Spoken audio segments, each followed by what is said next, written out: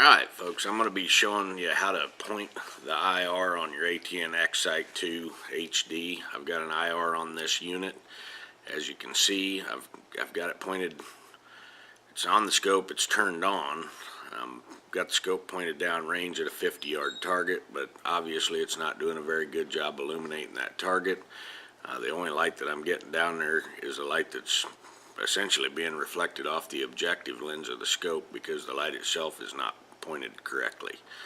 So on the side of the scope you're going to find two little Allen screws, and I'll talk about this inside so I can show it to you better, but essentially you're going to loosen those up. There's a pivot adjustment on the light itself on the tube portion. You're going to be able to slide that light left, right, up, down, wherever you need it, and once you get it positioned you'll just lock those two Allen screws back into position. As you can see, I'm moving the light into the field of view now. You can see the edge of it coming across.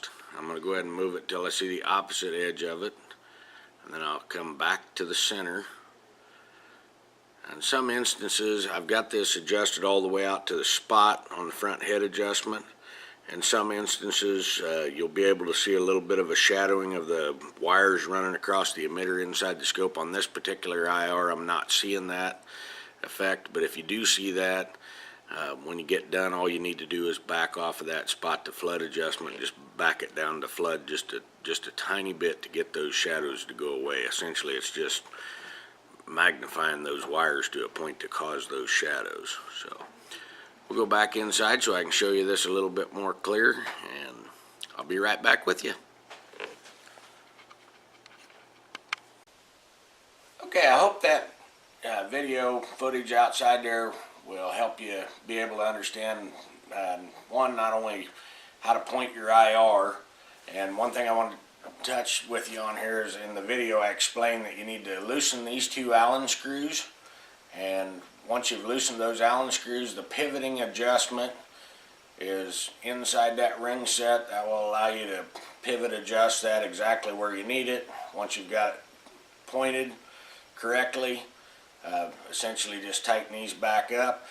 When you're mounting this on the unit, one thing I always tell people, I like to try to make sure my lug is as far to the rear as possible in the mounting space, and then try to get as far forward on the pick rail as possible. Potentially you can have some shadowing effect off the objective lens here the farther back if you end up putting it back a little too far.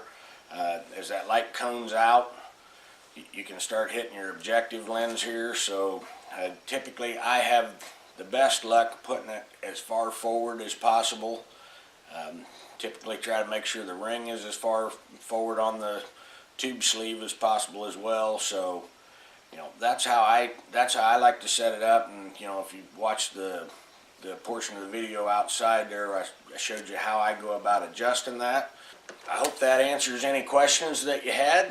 If you have any questions, feel free to give me a call, toll free, 877-806-2977. I'd be more than happy to help you out with any questions or give you my experiences with the device. So whether it be the ATN Excite itself or the IR if you have questions, or any of the products that we sell. So don't hesitate to give me a call. I typically try to make myself pretty available. Again, you can check us out on the web, www.foxoptic.com, or you can email me, fox@foxoptic.com. Thanks a lot. Have a great day.